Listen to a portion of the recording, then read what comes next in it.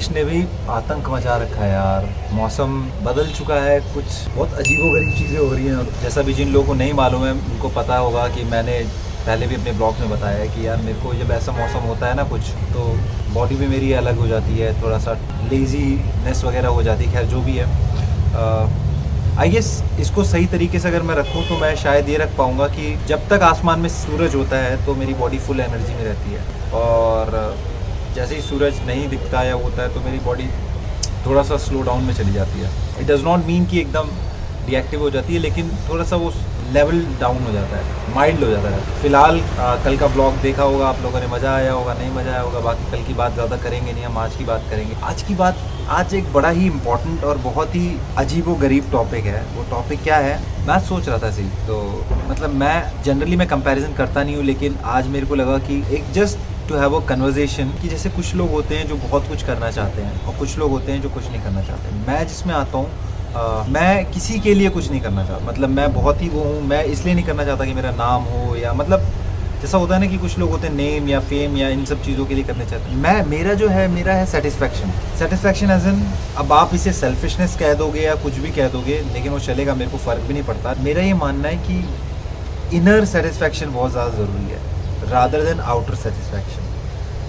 तो मेरा काम जो होता है वो आउटर सेटिस्फैक्शन को ज़्यादा, मैं ये भी नहीं कह रहा कि एकदम ही नहीं होता है, लेकिन वो ज़्यादा इम्पैक्ट या ज़्यादा फोकस रहता है इनर सेटिस्फैक्शन को लेके कि मेरे को खुद से क्या सेटिस्फैक्शन मिल रहा है।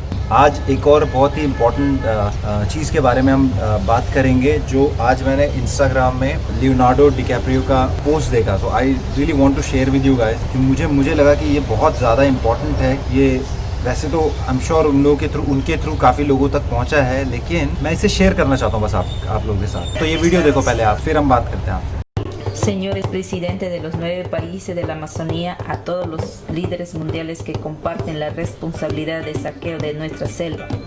Me llamo Nemonte Ninquimo, soy una mujer guaraní, una madre y una líder de mi pueblo de la Amazonía, es mi casa. Les escribo esta carta porque los incendios siguen quemando, porque las compañías están derramando petróleo en nuestros ríos, porque los mineros están robando oro como lo que han estado haciendo durante los últimos 500 años, porque los invasores están talando los bosques para que su ganado pueda pastar, sus plantaciones puede crecer, el hombre blanco pueda comer. Como pueblos indígenas estamos luchando por proteger lo que amamos, nuestra forma de vida, nuestros ríos, los animales, nuestro bosque y la vida en la tierra. Y es hora que nos escuchen. Okay, तो देखा ये video. अब मैं इस चीज़ के बारे में सोच क्या रहा था, मेरे मन में विचार आया कि इंसान कितना मतलबी हो गया है। एक छोटी सी चीज़ होती है, डर के मारे हम सब चीज़ें बदल देते हैं, सब चीज़ें घर से बाहर निकलना है, ये सब। मैं ये बात कर रहा हूँ फिर से, ये बात कहाँ आती है, नेम फेम और जो हमको prosperity, you want to be rich, तुम्हें सारे साधन चाहिए, संसाधन चाहिए, तुम्हें ऐसा लगता है कि तुम्हारे अलावा, इंसान के अलावा और कोई प्राणी ही नहीं रहता इस दुनिया में। तो हम क्या करते हैं, हम जंगल काट देते हैं, हम माइन लगा के सोना वो कर देते हैं, जैसा कि आपने वीडियो में देखा होगा। वो मैं वही सोच रहा था, कितना सही है, फॉरेस्ट उड़ा देते हैं, जंगली जानवरों को मार देते हैं, या एक तरीके से मर ही जाते हैं। आपने जंगल काटे तो उनका रहने की जगह आपने ले ली, to just the name of development and food. जानवरों को आप मारते हैं, अपने खाने के लिए आप जानवरों को मारते हैं, हर तरह के जानवरों को मारते हैं।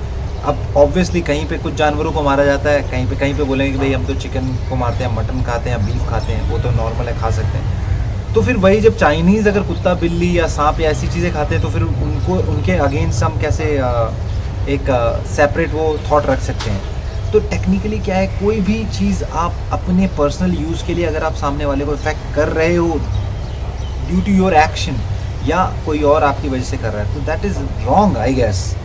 बाकी ये आपको डिसाइड करना है कि जो ये अमेज़ॉन में जो फायर हमेशा होती रहती है, उसकी वजह सबसे इम्पॉर्टेंट चीज़ दिखाया है, उसका जो ऑयल जो जाता है उधर का रिवर्स में, जो कंपनियां हैं वहाँ की ऑयल कंपनियां, जो भी चीज़ें होती हैं,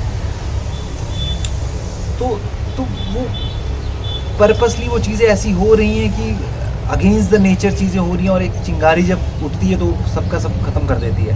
हम जब तक इस चीज़ को समझेंगे नहीं, तब तक हम अपने में ही वो रहेंगे। अभी मैंने यहाँ ये बोला, लोग मुझे सेल्फिश बोलेंगे, लेकिन मैं ये बोलता हूँ आप सेल्फिश मुझे बोल रहे हो कि मैं अपने सेटिस्फैक्शन को देखता हूँ, मैं केवल सेटिस्फैक्शन को देखता हूँ। आप लोगों ने अपनी नीड, या मैं आपकी बात नहीं कर रहा हूँ, मैं लोगों की बात जनरलाइज कर रहा हूँ, स्पेशली कमर्शियल जो कॉर्पोरेट और ये सब चीज़ें, अपने पैसे के लिए या नाम के लिए जैसी चीज़ें आप पूरे के पूरे जंगल उड़ा देते हैं, डेवलपमेंट के नाम पे आप नेचर को ख़त्म कर देते हैं यार। तो फिर क्या होता है, जब नेचर आपके ऊपर आता है, वो आएगा ही आएगा, आज नहीं तो कल आएगा ही। चाहे वो फायर के रूप में आए, चाहे वो फ्लड के रूप में आए, चाहे वो वायरस के रूप में आए, वो आपको इफ़ेक्ट करेगी, क्योंकि दैट हम एक बचपन में हमने एक फिज़िक्स में था या शायद किसी में था कि every action has a equal and opposite reaction. तो हमारे जो एक्शंस होते हैं वो हम पे वापस आएंगे। हिंदी में या संस्कृत में से बोलते कर्मा, जो भी कर्मा हम करेंगे वो it will get back to us and stronger. हम इस चीज़ को हमेशा भूल जाते हैं कि हमारी गलती, हम अपनी गलती माफ़ करते हैं, लेकिन सामने वाला कोई गलती कर रहा है, हमको वो पॉइंट नज़र आता है अगर वो हमारे साथ हो रहा है तो हमें इस छोटी मानसिकता से बाहर निकलना पड़ेगा और हमें एक बड़े पर्सपेक्टिव सोचना पड़ेगा कि पूरी होल वर्ल्ड की सिचुएशन क्या है। हम केवल मैं या मेरी कम्युनिटी या मेरा रिलीजन या मेरा कंट्री तक सीमित नहीं रह सकते हैं। इस आइडेंटिटी को हम जितना बड़ा रखेंगे उतना हम लोगों के लिए अच्छा और उतना हम लोगों के लिए इजी हो जाएगा सिस्टम को सही तरीके से समझना। वरना क्या होगा कि आप केवल अपने तक रहेंगे, अपनी फैमिली तक रहेंगे या अपनी कम्युनिटी तक रहेंगे या ज़्यादा से ज़्यादा अपने कंट्री तक रहेंगे, तो आपको फ़र्क नहीं पड़ेगा कि दूसरे कंट्री में क्या हो रहा है। दूसरे कंट्री, हम लोग पॉलिटिकली, मैंने ये चीज़ बड़ी नोटिस की है कि हम पॉलिटिकली चीज़ों पे बड़ा ध्यान करते हैं, हम रिलीजियस चीज़ों पे बड़ा ध्यान करते हैं हम, लेकिन हम नेचर, क्या हमने प्लांट लगा दिए 4 हो गया? नहीं, हमें अपने एक्शंस को कंट्रोल करना पड़ेगा। हमारी वजह से किसी, चाहे वो प्राणी हो, चाहे वो कोई चीज़ हो या इंसान हो, उसको तकलीफ़ नहीं होनी चाहिए। क्योंकि जहाँ पे हम ये चीज़ कर रहे हैं, हमारी वजह से किसी चीज़ को तकलीफ़, किसी इंसान को, जानवर को या पशु को या किसी पक्षी को तकलीफ़ हो रही, तो उसका मतलब यही है कि हम एक रॉन्ग डायरेक्शन में जा रहे हैं।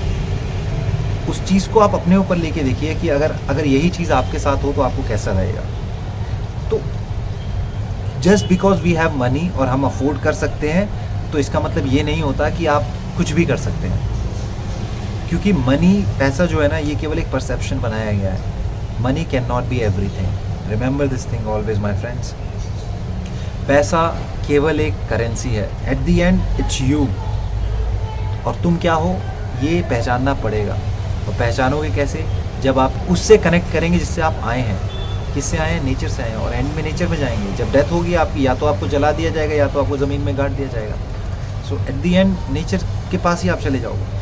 तो you have to connect with it. और कनेक्शन कैसे होगा? जब आप नेचर को या पशु को या दुनिया की हर चीज़ को आप अपने बराबर का समझेंगे, ना छोटा समझेंगे ना बड़ा समझेंगे, तो अपने आप चेंज आएगा और आपको समझ में आएगा कि हम क्या गलत कर रहे हैं। दुनिया में जितनी भी चीज़ें होती हैं, चाहे वो रिलीजियस वाइज या कम्युनिटी वाइज या कलर वाइज, वो केवल इस वजह से होती है कि हम अपने आप को या तो बड़ा समझते हैं या तो हम अपने आप को छोटा समझते हैं। जिस दिन हम इक्वल हो जाएंगे, उस दिन इक्वालिटी जब होती है ना, तो कभी भी दुनिया में कोई चीज़, कोई इशू क्रिएट ही नहीं होगा। और हमेशा आप याद रखना, जो लोग डिवाइड करने के लिए आएंगे ना, वो इसी बेस पे आएंगे कि आपको छोटा समझा जा रहा है या उसको बड़ा समझा जा रहा है। प्लीज़ मैं आपसे विनती करता हूँ कि आपके 2 हाथ हैं, मेरे 2 हाथ हैं, आपके 2 पैर हैं, मेरे 2 पैर हैं, आपकी 2 आँखें हैं, मेरी 2 आँखें, सब बराबर हैं, सब बराबर हैं। इवन मैं तो ये बोलता हूँ, जिनके 4 पैर है जानवर, वो भी बराबर हैं, वो भी सांस लेते हैं, वो भी खाते हैं। मैं तो बोलता हूँ पेड़ है, वो भी बराबर है। तभी एक हिंदू कल्चर जो या इंडस सिविलाइजेशन या जो भी हम इसे बोलेंगे, इसमें हमने पेड़ पौधों, पर्वतों और इवन नदियों को भी इंसान का दर्जा दिया हुआ है। जो न्यूजीलैंड में अभी पिछले 10 साल पहले हुआ है, उधर कोई रिवर है, उसको जीर्णोद्धार करने के लिए उसको एक इंसान का दर्जा दिया गया है कि ये रिवर एक इंसान है, तो हम उसे पॉल्यूट नहीं कर सकते। ये इंडिया के अंदर बहुत पुराने टाइम से चला आ रहा है। बीच में जो 200-300 साल थे ना, इसमें सब गड़बड़ हुआ है। तो हमें ये चीज़ रियलाइज़ करनी पड़ेगी कि हमें हर चीज़ को, चीज़ से मेरा मतलब ये है जिसके अंदर भी लाइफ है, उसको अपने जैसा इक्वल ट्रीट करना पड़ेगा। जिस दिन हम ये करना शुरू हो जाएंगे हमारी आधी से ज़्यादा प्रॉब्लम ही सॉल्व हो जाएगी। है तो बहुत चीज़ें, क्योंकि मैं नोटिस करता हूँ, मैं बहुत चीज़ें, हम कल्चर कहाँ जा रहा है, हम क्या सोच रहे हैं, हम किसी को देना, हमारे इशू क्या है। मैं यही सोचता हूँ कि जब हमें लगता है हम दे रहे हैं तो हम बड़े हो रहे हैं, हम जब दे रहे हैं हम बड़े नहीं हो रहे हैं, हम शेयर कर रहे हैं मतलब आप इक्वल हो रहे हो। यानी मेरे पास ज़रूरत से ज़्यादा है तो मैं दे रहा हूँ, तो मैं उसे इक्वल कर रहा हूँ, ना कि मैं बड़ा हो रहा हूँ। इस चीज़ को, इस सोच को हमें अपने दिमाग से हटाना पड़ेगा कि हम किसी से बड़े नहीं हैं, ना किसी से छोटे हैं। जब ये चीज़ हमें समझ में आ जाएगी तो वी आर सॉर्टेड, हमारी लाइफ सॉर्टेड है। ना हम किसी पे एहसान करते हैं किसी को कितना भी करके भी। तो बस यही है, बाकी सब परसेप्शन की लड़ाई है। जैसा आप सोचेंगे वैसा आप फील करेंगे और वही आपके साथ लाइफ में होगा। हर इंसान को इक्वली आप ट्रीट करेंगे तो वो इंसान भी आपको इक्वली ट्रीट करेगा। मैं ये बोलता हूँ कि जब हमें अपना नेचर नहीं छोड़ना चाहिए। नेचर हमारा क्या है, we are a stakeholder of this world. हम सब स्टेक होल्डर हैं बराबर के। Even the animals are the stakeholder, even the plants are the stakeholder of this planet equally.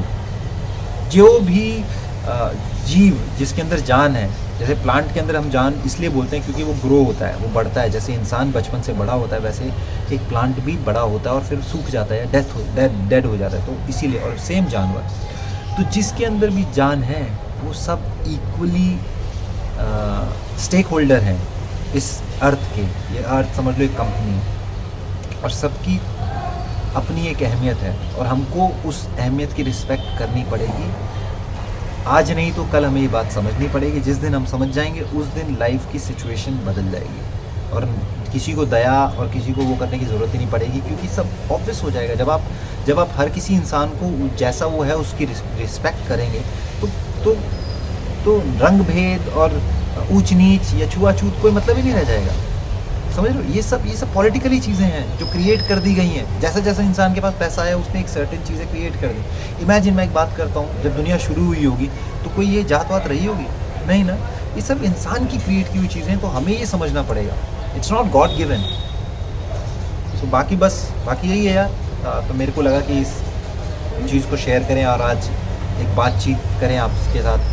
हो सकता है आप ब्लॉग आपको शायद बुरा नहीं लगा हो, काफ़ी लोगों को अजीब लगा हो या काफ़ी लोगों को ना समझ में आया, तो मैं माफ़ी चाहता हूँ आपसे। लेकिन कोशिश कीजिएगा, मेरे भाव को समझने की कोशिश कीजिएगा। हो सकता है मेरे शब्द पूरे नहीं पढ़ रहे हों या कहीं ना कहीं कमी रह जा रही हो, लेकिन जो मैं कहना चाह रहा हूँ उसको समझिएगा। इसको शायद आप दोबारा या तीसरी बार जब देखेंगे तो आपको समझ में आएगा मैं क्या बोलने की कोशिश कर रहा हूँ। बाकी सब बढ़िया यार। बाकी इसी के साथ इस ब्लॉग को हम यहीं पे करते हैं समाप्त। So my friends, you do whatever you want to do. Just take care of yourself, take care of your family, and take care of your planet. Goodbye.